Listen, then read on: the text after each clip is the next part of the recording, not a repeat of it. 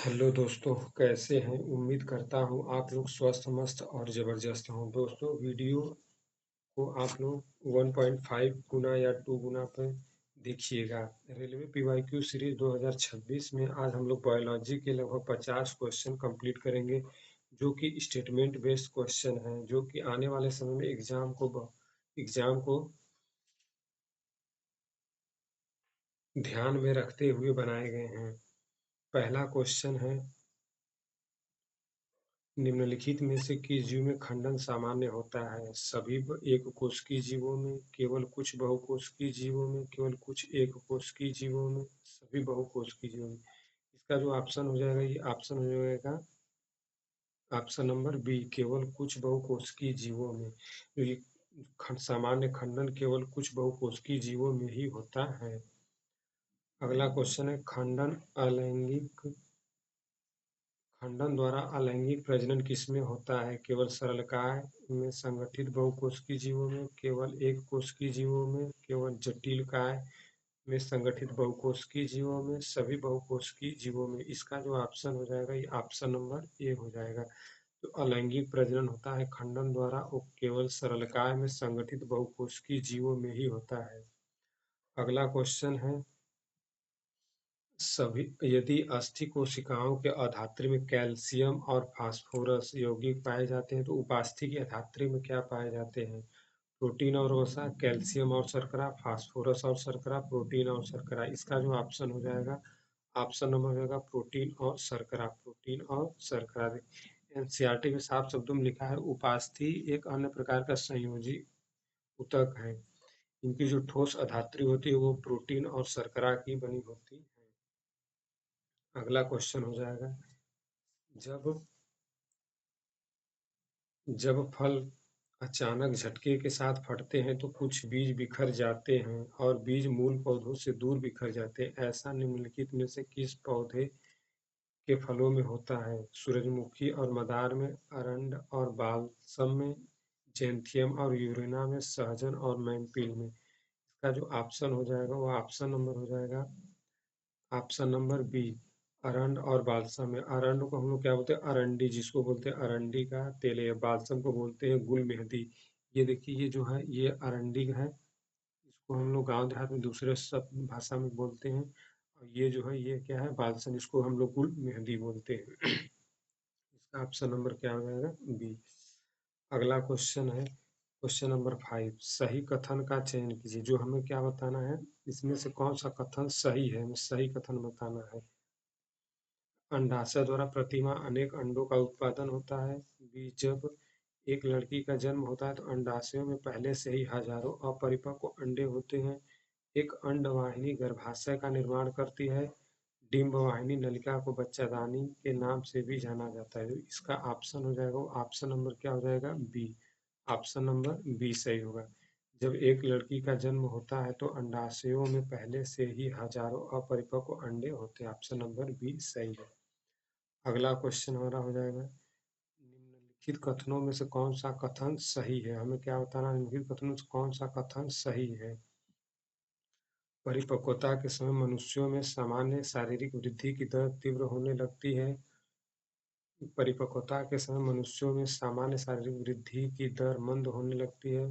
प्रजनन की लैंगिक विधि में एक व्यक्ति की जनन कोशिका एक साथ जुड़ना पड़ता है। परिपक्वता के समय मनुष्यों में प्रजनन ऊतक का परिपक्व होना बंद हो जाता है। तो इसका जो ऑप्शन नंबर कौन सा हो जाएगा? बी। आप परिपक्वता के समय मनुष्यों में सामान्य शारीरिक वृद्धि होने लगती है। ऑप्शन नंबर बी हमारा क्या हो जाएगा? करेक्ट हो जाएगा। अगला क्वेश्चन देखते हैं, निम्नलिखित में से कौन सा कथन गलत है? हमें क्या बताना है, कौन सा कथन गलत बताना है, कौन सा कथन गलत है। पहला, प्रकाश संश्लेषण के अविलेय उत्पादों का वहन स्थानांतरण कहलाता है। श्वसन रंध्रों के माध्यम से जल की वाष्पीकरण हानि है। प्रकाश संश्लेषण वह प्रक्रिया है जिसके द्वारा स्वपोषी बाहर से पदार्थ प्राप्त करते हैं और सूर्य के प्रकाश की अनुपस्थिति में ऊर्जा के संचित रूप में परिवर्तित करते हैं। जो हमें गलत बताना है, इसका जो ऑप्शन हो जाएगा, ऑप्शन नंबर ए। ऑप्शन नंबर ए, ऑप्शन नंबर ए, क्योंकि हमें गलत बताना है। इसका स्टेटमेंट यदि हम सही करें तो ये क्या हो जाएगा, विलेय। प्रकाश संश्लेषण के ये क्या हो जाएगा, विलेय। विलेय, विलेय पदार्थों का वहन स्थानांतरण कहलाता है, विलेय पदार्थों का स्थानांतरण। जो ये श्वसन की जगह क्या हो जाएगा, वाष्पोत्सर्जन। श्वसन की जगह क्या हो जाएगा, श्वसन की जगह वाष्पोत्सर्जन। वाष्पोत्सर्जन को क्या के द्वारा वाष्पीकरण हानि होती है। प्रकाश संश्लेषण वह प्रक्रिया है जिसके द्वारा स्वपोषी पदार्थ बाहर से पदार्थ प्राप्त करते हैं और सूर्य के प्रकाश की अनुपस्थिति की जगह क्या हो जाएगा, उपस्थिति। ये कथन हमारा सही है, हमें क्या है, इस क्वेश्चन के अनुसार हमारा ऑप्शन नंबर ए सही है। अगला क्वेश्चन देखेंगे। अगला क्वेश्चन 8, पुनर्जनन के संबंध में निम्नलिखित में कौन सा कथन सही है। हमें क्या बताना, कौन सा कथन सही है। सभी जीवों में पुनर्जनन और प्रजनन दो अलग अलग नामों वाली एक ही प्रक्रिया है। पुनर्जनन एक बिल्कुल नए जीव को जन्म देती है। पुनर्जनन प्रजनन के समान नहीं है। पृथ्वी पर किसी भी जीव में पुनर्जनन की क्षमता नहीं है। इसका जो ऑप्शन हो जाएगा, ऑप्शन नंबर क्या हो जाएगा, ऑप्शन नंबर सी। पुनर्जनन प्रजनन के समान है, ये दोनों क्या है, अलग अलग है। अगला क्वेश्चन हो जाएगा, पैरेंकाइमा के बारे में निम्नलिखित से कौन सा कथन गलत है। पैरेंकाइमा के बारे में कौन सा कथन गलत बताना है। यह पौधों के विभिन्न भागों जैसे प्रतानों और लताओं के तनों को बिना टूटे बंकन में सहायता करता है। कौन सा कथन गलत है। जलीय पौधों में प्लवन के सहायता के लिए पैरेंकाइमा की बड़ी गुहिका पाई जाती है। ये तो मतलब स्टेटमेंट के अनुसार ये सही है। पैरेंकाइमा कोशिकाएं जीवित कोशिकाएं होती है और सामान्यतः शिथिल और व्यवस्थित रूप से, ये भी सही है। पतली, इसमें पतली कोशिका भित्तियों के अपेक्षा विशिष्ट कोशिकाएं होती है, ये भी सही है। हमारा जो क्वेश्चन पूछा कौन सा कथन गलत है, तो गलत के अनुसार ऑप्शन नंबर ए। अगला क्वेश्चन है, कोशिका की आंतरिक सभी गतिविधियां और कोशिका के पर्यावरण के साथ अंतःक्रिया प्राप्त प्रत्येक कोशिका में देखी जाने वाली 3 महत्वपूर्ण विशेषताओं के कारण संभव होती हैं। 3 विशेषताएं कौन सी हैं। प्लाज्मा झिल्ली केंद्रक और गाल्जिका, माइटोकॉन्ड्रिया केंद्रक और कोशिका द्रव, माइटोकॉन्ड्रिया केंद्रक और गाल्जिका, प्लाज्मा झिल्ली केंद्रक और कोशिका द्रव। इसका जो ऑप्शन है, ऑप्शन नंबर डी, ये सही है। Option number D. Next question हो जाएगा, मेंटल ने मटर के पौधों में अनेक विपर्यासी लक्षणों का अध्ययन किया जो स्थूल रूप से दिखाई देते हैं। दिए गए विकल्पों में से कौन सा विकल्प निम्नलिखित रिक्त स्थानों के लिए उपयुक्त है। पहला, गोलदार झुर्री और बीज लंबे बौने पौधे, सफेद और ये पीला, बैंगनी, हरा, गुलाबी। इसका जो ऑप्शन हो जाएगा ये है बैंगनी। एनसीईआरटी में लिखा है, एनसीईआरटी में लिखा है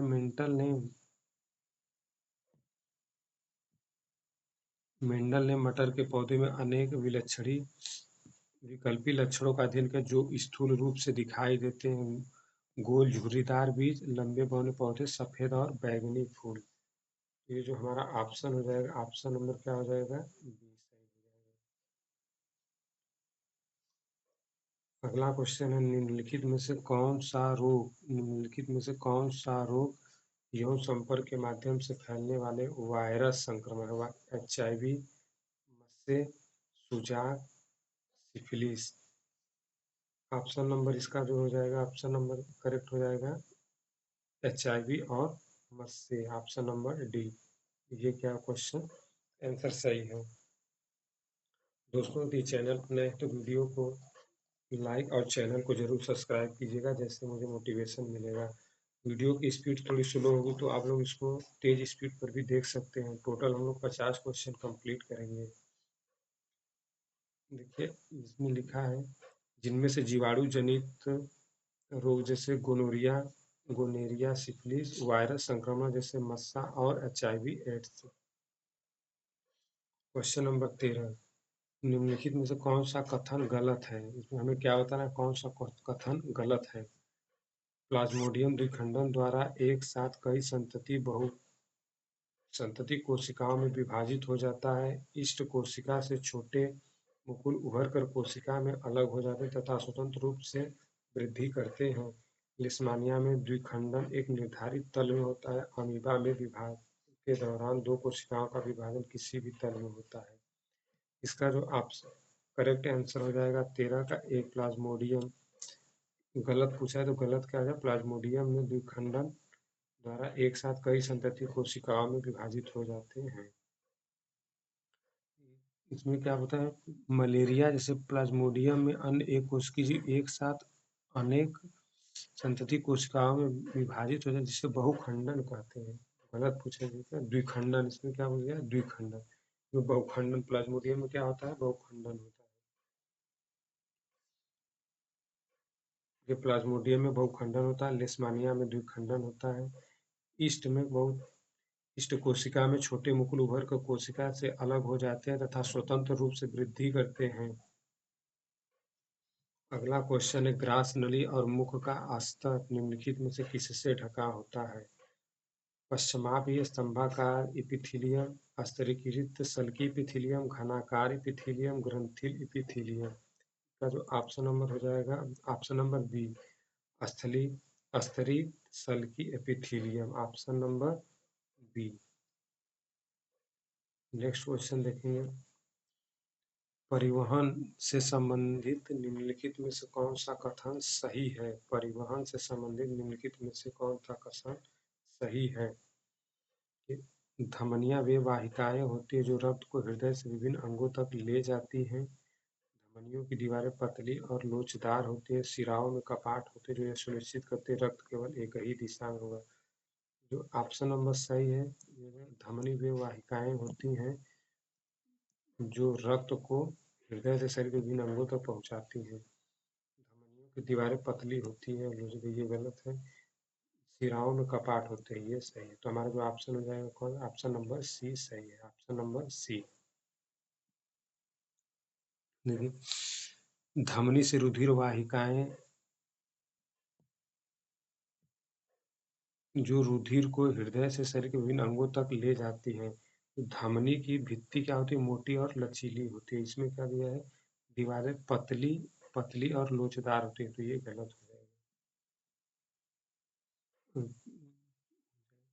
शिराएं विभिन्न अंगों से रुधिर एकत्र करके वापस हृदय में लाती, जो मोटी भित्ति की आवश्यकता नहीं होती क्योंकि रुधिर में दाब होता है, बल्कि रुधिर एक ही दिशा में प्रवाहित होने के लिए वाल्व होते हैं। क्वेश्चन नंबर कौन सा? 16। सभी सही मिलान कीजिए। जीवाणु मत्स्य एचआईवी, ये देखिए ये गलत हो जाएगा। जीवाणु मत्स्य सिफिलिस, ये भी गलत हो जाएगा। जीवाणु गोनोरिया और सिफिलिस, वायरस मत्स्य और एचआईवी, ये ऑप्शन नंबर सी हमारा क्या हो जाएगा? सही हो जाएगा। ऑप्शन नंबर सी हमारा सही हो जाएगा। ये जीवाणु जनित गोनोरिया तथा सिफिलिस वायरल संक्रमण जैसे समस्या मस्सा और एचआईवी एड्स। अगला क्वेश्चन है क्वेश्चन नंबर 17। पादपों में अपशिष्ट पदार्थों से छुटकारा पाने की तकनीक के संबंध में निम्नलिखित में से कौन सा कथन सही है? पौधे वाष्पोत्सर्जन द्वारा अतिरिक्त पानी की छुटकारा पाते हैं। अपशिष्ट उत्पाद से गिरने वाली पत्तियों में जमा हो जाते हैं। अपशिष्ट उत्पाद रेजिन तथा गोंद के रूप में पुराने जाइलम में संचित हो जाते हैं। ये ऑप्शन नंबर इसका कौन सा हो जाएगा? ये ऑप्शन नंबर ये भी सही है।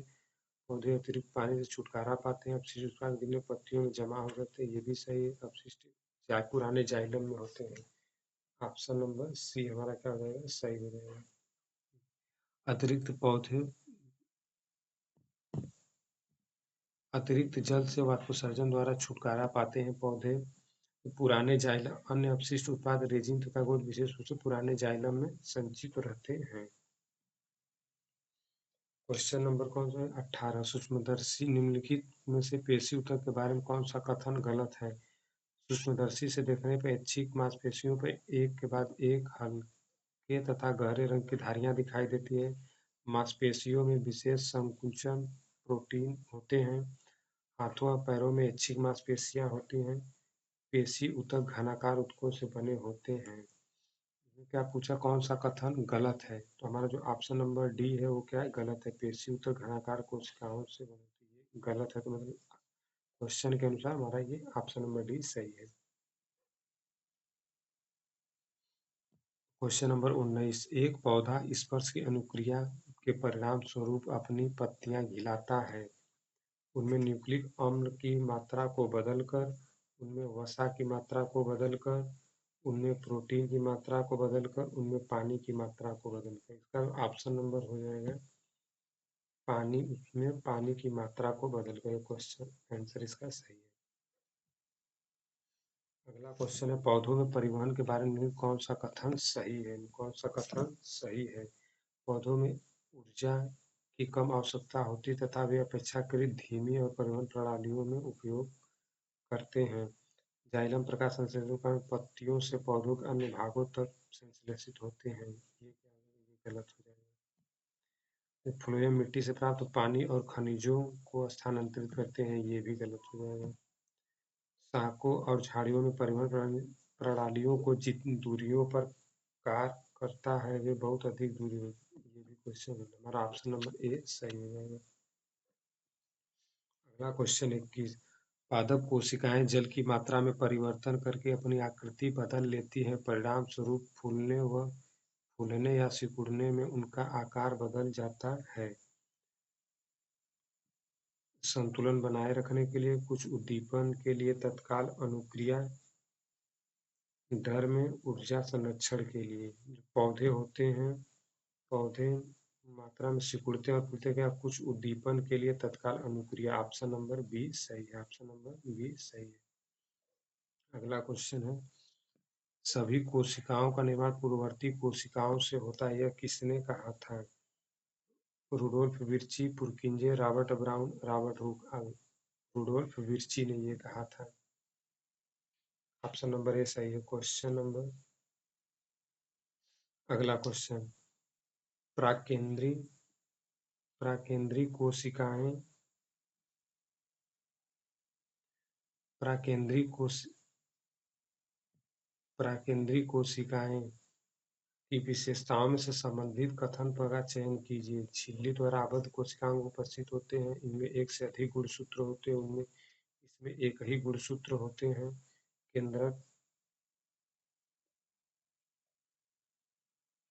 क्षेत्र स्पष्ट रूप से परिभाषित होता है और केंद्रक झिल्ली द्वारा घिरा होता है। कौन सा कथन सही है? इसका जो हो जाएगा ये हो जाएगा ऑप्शन नंबर ए। ऑप्शन नंबर ये हो जाएगा सी। इनमें केवल एक ही गुणसूत्र होते हैं। जो प्रोकैरियोटिक होते हैं उसमें केवल एक गुणसूत्र होते हैं। जो यूकैरियोटिक होते हैं उसमें क्या होता है? जो यूकैरियोटिक होते हैं उसमें एक से अधिक होते हैं। इसमें क्या होते हैं? एक से अधिक होते हैं। इसमें क्या होते हैं? केवल एक होते हैं। अगला क्वेश्चन नंबर देखिए, ये है पूर्व केंद्रीय कोशिका। ये क्या है? पूर्व केंद्रीय कोशिका। ये क्या है? सुकेंद्रीय कोशिका है। ये हमारा है क्रोमोसोम। क्रोमोसोम का गुणसूत्र, जो ये क्रोमोसोम होते हैं, क्रोमोसोम केवल गुणसूत्र। क्रोमोसोम क्या होते हैं? क्रोमोसोम प्रोकैरियोटिक कोशिका में केवल एक होते हैं। यूकैरियोटिक कोशिका में एक से अधिक होते हैं। पौधों में निषेचन के संबंध में कौन सा कथन सही है? अंडाशय द्वारा निर्मित नर जनन कोशिका बीजांड में विद्यमान मादा जनन कोशिका के साथ संलयन करती है। बीजांड द्वारा निर्मित नर जनन कोशिका पराग नलिका में विद्यमान मादा युग्मक के साथ संलयन करती है। पराग कणों द्वारा निर्मित नर जनन कोशिका वर्तिकाग्र में विद्यमान मादा युग्मक के साथ संलयन करती है। परागकणों द्वारा निर्मित जनन कोशिका बीजांड के विद्यमान मादा युग्मक के साथ संलयन करती है। इसका जो आंसर हो जाएगा वो आंसर हो जाएगा परागकणों द्वारा निर्मित नर जनन कोशिका बीजांड में विद्यमान मादा जनन कोशिका के साथ संलयन करती है। ऑप्शन नंबर डी इसका आंसर हो जाएगा। अगला क्वेश्चन है, श्वसन के संबंध में निम्नलिखित में से कौन सा कथन सही है? श्वसन के संबंध में कौन सा कथन सही है? खमीर में किण्वन के द्वारा पाइरूट एथेनॉल और कार्बन डाइऑक्साइड में परिवर्तित होते हैं। ऑक्सीजन का उपयोग करके पाइरूट का विखंडन हरित लवक में होता है। मांसपेशी कोशिकाओं में पाइरूट लैक्टिक अम्ल में परिवर्तित हो जाएगा। ऑप्शन नंबर ये भी सही है। ऑप्शन नंबर तीसरा भी सही है। ऑप्शन नंबर ए इसका सही आंसर हो जाएगा। 1 और 3। अगला क्वेश्चन है निम्नलिखित में से जटिल अस्थायी ऊतक के संबंध में कौन सा गलत कथन का पहचान कीजिए। एक जटिल ऊतक कोशिकाएं एक समान कार्य करने के लिए एक साथ काम करती है। एक जटिल ऊतक में एक से अधिक प्रकार की कोशिकाएं होती हैं। जटिल ऊतक पैरेन्काइमा और कोलेनकाइमा शामिल होते हैं। समान बंडल ऊतकों की एक विशिष्ट विशेषता होती है। जो जटिल ऊतक होते हैं उसमें जाइलम और फ्लोएम शामिल होते हैं। ये क्या हो जाएगा, ये गलत हो जाएगा। कौन सा कथन गलत है, तो ये हमारा ये सही हो जाएगा। जब गलत पूछा है तो गलत के लिए ऑप्शन नंबर सी सही है, जबकि जटिल ऊतक में जाइलम और फ्लोएम होते हैं। क्वेश्चन नंबर 27, गलत कथन का चयन कीजिए। अनेक अनेक रोग यौन संचारित हो सकते हैं। से एक प्रोटोजोआ और जनित रोग है। एड्स HIV विषाणु के कारण होता है।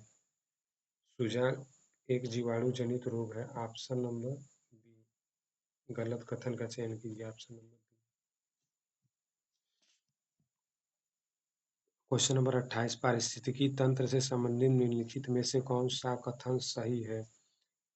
गैर जैव निम्नीकरण पदार्थ पारिस्थितिकी तंत्र के विभिन्न सदस्यों को हानि पहुंचाते हैं। गैर जैव निम्नीकरण पदार्थ जैव प्रक्रियाओं द्वारा विघटित हो जाते हैं। गैर जैव निम्नीकरण पदार्थ कभी भी पर्यावरण में उपस्थित नहीं रहते हैं। इनका जो हो जाएगा ऑप्शन नंबर सही है, ये सी, ऑप्शन नंबर सी। दोस्तों वीडियो यदि स्लो है तो आप लोग इसकी स्पीड बढ़ाकर देख सकते हैं। वीडियो को लास्ट तक जरूर देखें। क्वेश्चन नंबर 29, मनुष्यों में निम्नलिखित में से उत्सर्जन से संबंधित कौन सा कथन गलत है। मनुष्यों में वृक्क कक्षीय क्षेत्र में स्थित होते हैं। मूत्राशय में संग्रहित होते हैं। रक्त में का CO2 कार्बन डाइऑक्साइड फेफड़ों से निकाल दी जाती है। क्या हो जाएगा, निम्नलिखित में कौन सा कथन गलत है। ऑप्शन नंबर ए, ये क्वेश्चन ये ऑप्शन नंबर गलत है, तो ये ऑप्शन नंबर डी सही हो जाएगा। तो कौन सा कथन गलत है, गलत पूछा है तो ऑप्शन नंबर डी केवल ए। अगला क्वेश्चन है पारिस्थितिकी घटकों के संबंध निम्नलिखित में से कौन सा कथन सही है। जीवित जीव अजैविक घटक है। मिट्टी अजैविक घटक, खनिज अजैविक घटक है। Option number.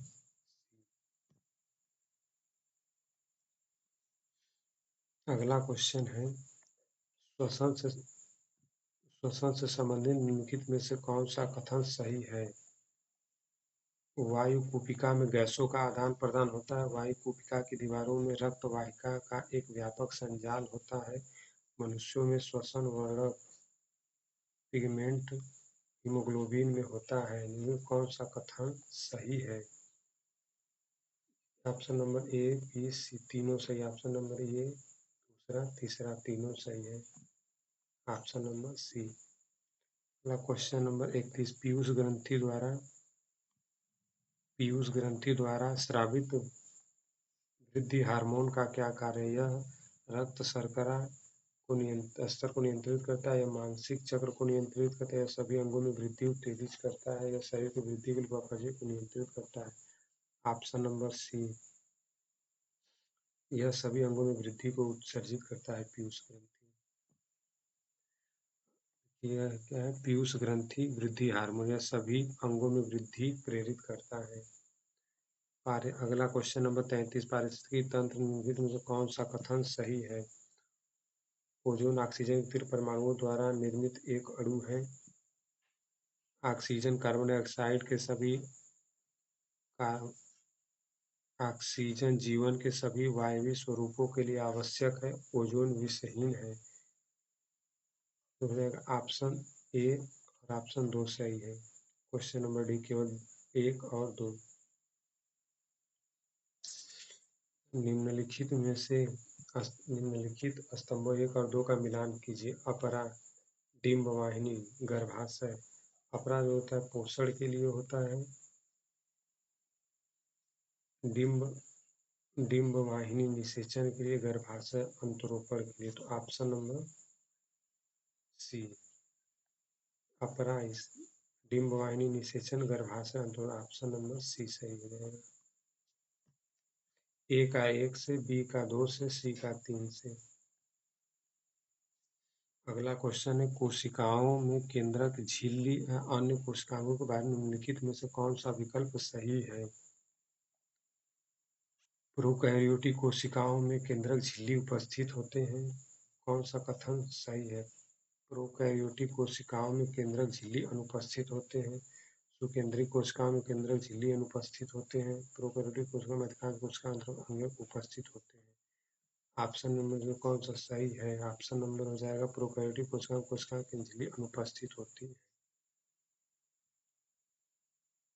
क्वेश्चन नंबर 36, लवक और सूत्रकणिका में क्या समानता है? तो ये सूत्रकणिका होती है, इसको हम माइटोकॉन्ड्रिया भी बोलते हैं। माइटोकॉन्ड्रिया सूत्रकणिका को। तो लवक और सूत्रकणिका में समानता है। ऑप्शन नंबर, दोनों में डीएनए और राइबोसोम होते हैं, अपना अपना खुद का होता है। ऑप्शन नंबर ए सही है। दोनों में अपना अपना डीएनए और राइबोसोम होता है। एटीपी ये है नहीं, केवल पादप कोशिकाओं में मौजूद होते हैं क्लोरोफिल में।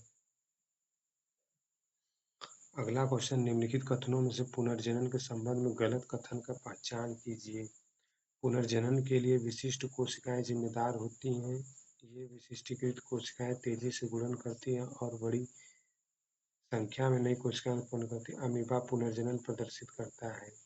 गलत कथन पर विचार कीजिए। गलत कथन पर विचार कीजिए। ऑप्शन नंबर सी सही हो जाएगा। हाइड्रा प्लेनेरिया पुनर्जनन विधि दर्शाते हैं।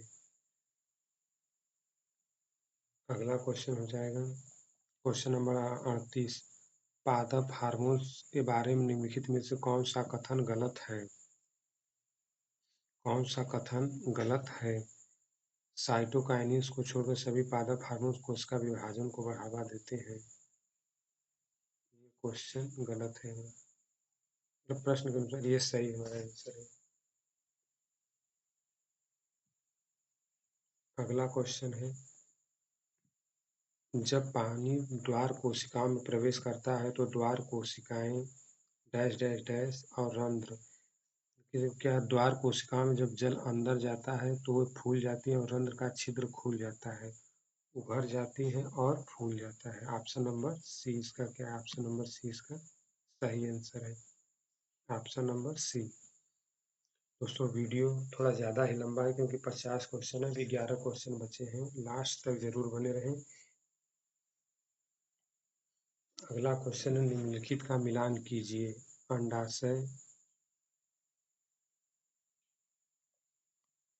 अंडवाहिनी, गर्भाशय, गर्भनाल, निषेचन, अंतरोपरण बढ़ते भ्रूण में पोषण देता है, मादा युग्मकों का निर्माण करता है। मिलान कीजिए आप लोग। अंडाशय, अंडाशय को हम लोग किससे मिलाएंगे? अंडाशय, अंडाशय को जो क्या है, अंडाशय, अंडाशय को जो मादा युग्मकों का निर्माण करता है। अंडवाहिनी निषेचन के लिए, गर्भाशय अंतरोपरण के लिए, गर्भनाल बढ़ते भ्रूण में पोषण के लिए। ये कौन सा ऑप्शन हो जाएगा? ऑप्शन नंबर ए। ऑप्शन नंबर ए हमारा क्या हो जाएगा? सही हो जाएगा। ऑप्शन नंबर ए हमारा क्या हो जाएगा? सही हो जाएगा। अगला क्वेश्चन है, अतिवृक्क हार्मोन निम्नलिखित में से कौन सा विकल्प सही है? कौन सा? हृदय तेजी से धड़कता है, श्वसन दर बढ़ जाता है, रक्तचाप कम हो जाता है। रक्तचाप क्या होता है इसमें? कम हो जाता है। कम हो जाता है। श्वसन दर बढ़ जाती है, हृदय तेजी से धड़कता है। ये क्या है? ऑप्शन नंबर रक्तचाप कम, ये गलत हो गया। ऑप्शन नंबर डी सही हो जाएगा। केवल पहला और दूसरा सही विकल्प सही है। ए सही है, बी सही है, ए सही है, दूसरा सही है। अगला क्वेश्चन है, पुष्पी पादप में लैंगिक प्रजनन से निम्नलिखित प्रजनन से संबंधित कथन का चयन कीजिए। निषेचन के बाद अंडाशय एक बीज के रूप में विकसित होता है। निषेचन के बाद युग्मनज में बिना किसी विभाजन के भ्रूण का निर्माण होता है। निषेचन के बाद बीजांड फल के रूप में विकसित होता है। उपर्युक्त वर्तिकाग्र पर परागकण से पराग नलिकाएं निकलती हैं और वर्तिकाग्र से होकर अंडाशय तक पहुंचती हैं। ऑप्शन नंबर डी हमारा क्या हो जाएगा, सही हो जाएगा। खाद्य श्रृंखला में पोषी स्तर के बारे में निम्नलिखित कौन सा कथन सही है? स्वपोषी उत्पादक प्रथम स्तर के होते हैं। परपोषी और सौर ऊर्जा का स्थिरीकरण करते हैं, इससे शाकाहारियों और उपभोक्ताओं के लिए उपलब्ध कराते हैं। बड़े मांसाहारी या तृतीय उपभोक्ता तीसरे स्वपोषी स्तर का निर्माण करते हैं। शाकाहारी या द्वितीय उपभोक्ता दूसरे स्तर पर आते हैं। ऑप्शन नंबर हमारा ये सही हो जाएगा। स्वपोषी या उत्पादक प्रथम पोषी स्तर पर होते हैं। अगला क्वेश्चन है, कुल्हड़ मिट्टी से बने डिस्पोजल कप होते हैं। थोड़ा विचार करने पर ज्ञात होता है कि इन कुल्हड़ों को बड़े पैमाने पर बनाने पर क्या परिणाम होते हैं? सीवेज लाइन को अवरुद्ध करना, उपजाऊ मिट्टी की ऊपरी परत खोना, इसका उपयोग अस्वास्थ्यकारक होता है, पर्यावरण के बड़े अवशेष एकत्र होते हैं, या बड़े पैमाने बनाने पर परिणाम होते हैं। ऑप्शन नंबर क्या हो जाएगा, बी। उपजाऊ मिट्टी की ऊपरी परत क्या करते हैं, खो देते हैं। अगला क्वेश्चन है, पैदा निम्नलिखित कौन सा कथन पादप हार्मोन से संबंधित गलत कथन है? हमें क्या पूछा, गलत कथन पे विचार करना है। फ्लोएम मिट्टी से खनिज और जल अवशोषण कर मदद करते हैं। मूल रोम पानी और खनिज अवशोषण के लिए जड़ की सतह को बढ़ाते हैं। पादपों में विशेष संवहनी ऊतक मिट्टी से पानी और पोषण तत्वों का परिवहन करते हैं। जड़ें और पत्तियां जाइलम चैनलों के सतर्क नेटवर्क से जुड़ी होती हैं। क्या पूछा है, कौन सा कथन गलत है? पादपों परिवहन के लिए कौन सा कथन गलत है? ऑप्शन नंबर हो जाएगा सी। ऑप्शन नंबर क्या हो जाएगा, सी। ऑप्शन नंबर सी। ये सॉरी, ये ऑप्शन नंबर क्या हो जाएगा, सी, केवल ए। ये क्या हो जाएगा, केवल ए। फ्लोएम में मिट्टी खड़ी और उसमें मदद करते हैं, ये क्या हो जाएगा, सही। ऑप्शन नंबर सी। सॉरी, ये गलत है, ये नहीं होगा। दोस्तों वीडियो काफ़ी लंबा हो गया है, आप लोग लास्ट तक बने रहिए। दोस्तों वीडियो को बनाने में बहुत ही मेहनत लगती है, पीडीएफ को बनाने में। आप तो चैनल पर नए हैं तो जरूर सब्सक्राइब कीजिएगा, जिससे मुझे मोटिवेशन मिलेगा। मैं नेक्स्ट वीडियो फिर लेकर आऊँगा। अगला क्वेश्चन है, एक पादप कोशिका को कोशिका की तुलना में अधिक जल सांद्रता वाले माध्यम में रखे जाने पर क्या होता है? अधिक जल सांद्रता वाले, यह संभवतः फूल जाती है, यह संभवतः सिकुड़ जाती है, इसमें कोई परिवर्तन नहीं होता, यह फट जाती है, यह संभवतः फूल जाती है। ऑप्शन नंबर ए। 47वां है, 1987 में यूएनईपी क्लोरोफ्लोरोकार्बन के उत्पादन को 1986 के स्तर पर रोकने के लिए एक समझौता करने में सफल रहा। यूएनईपी का पूर्ण रूप United Nation environmental programme, United Nations ecological policy, United Nations environment policy, United Nation ecological programme. इसका जो हो जाएगा ऑप्शन नंबर ए सही हो जाएगा। अगला क्वेश्चन हो गया, वृद्धि हार्मोन का क्या कार्य है? और यह रक्त शर्करा को नियंत्रित करता है, यह महिला यौन अंगों को विकास को उद्दीप्त करता है, यह सभी अंगों में विकास को उद्दीप्त करता है। ऑप्शन नंबर हो जाएगा, यह सभी अंगों में विकास को उद्दीप्त करता है। ऑप्शन नंबर सी सही हो जाएगा। अगला क्वेश्चन अगला क्वेश्चन है, प्रकाश संश्लेषण की प्रक्रिया में उत्पादित कार्बोहाइड्रेट का क्या होता है? पहले कार्बोहाइड्रेट का उपयोग ऊर्जा उत्पादन के लिए किया जाता है और उस शेष को स्टार्च के रूप में संग्रहित कर लिया जाता है। सभी कार्बोहाइड्रेट स्टार्च के रूप में संग्रहित होते हैं। कार्बोहाइड्रेट ग्लाइकोजन के रूप में संग्रहित होता है। सभी कार्बोहाइड्रेट तुरंत ऊर्जा के रूप में उपयोग लिए जाते हैं। डी गलत है, सी गलत है, बी भी गलत है। ऑप्शन नंबर ए सही है।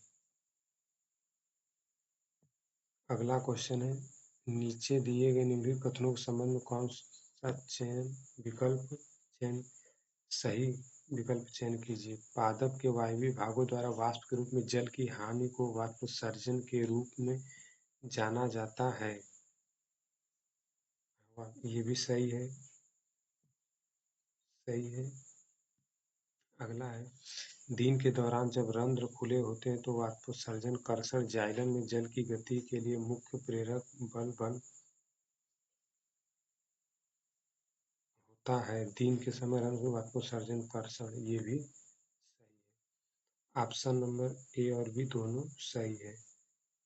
ऑप्शन नंबर ए सही है। दोस्तों वीडियो कैसी हो कमेंट बॉक्स में ज़रूर बताइएगा।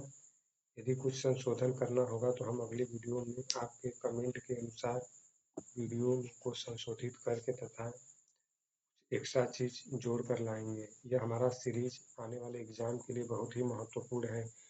नेक्स्ट वीडियो में हम लोग 50 क्वेश्चन पुनः करेंगे टाइप के, जो कि रेलवे द्वारा बार बार पूछे जा रहे हैं। अब एनसीईआरटी में काफ़ी पैटर्न चेंज हो चुका है, 9th के एनसीईआरटी में भी सिलेबस चेंज हो चुका है। धन्यवाद दोस्तों।